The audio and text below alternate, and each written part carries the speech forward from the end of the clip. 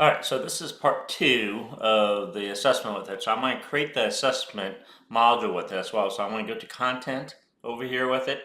And under content, I'm going to create, down scroll to the bottom, I have many modules on there as well. I'm going to call final project. And I'm just going to put the word assessment on here. They won't know what that means either. So that's okay. Final assessment project right here with it. And inside of that, I'm going to upload a file that I've already created in here with it as well. So I'm going to create an upload file for the instructions on here.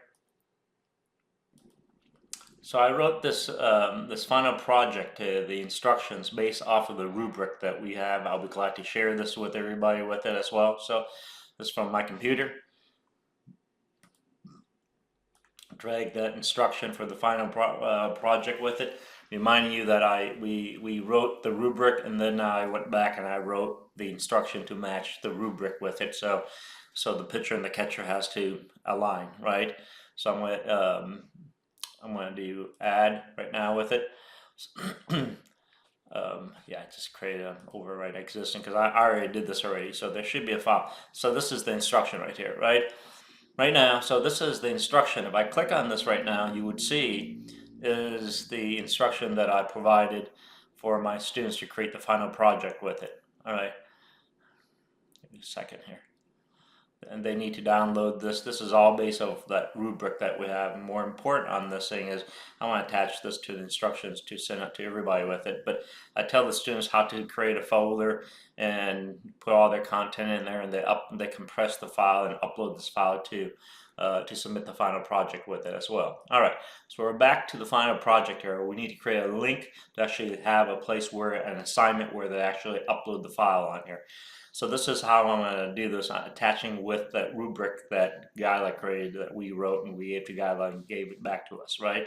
So I'm going to do create, come down here, I'm going to do assignment this time, new assignment in here. And I'm going to come over here, replace this untitled, I'm going to say final project submit here. All right.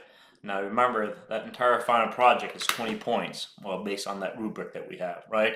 So here on this right-hand side over here, you see where it says evaluation and feedback over here. Click on that, and you say add a rubric, right?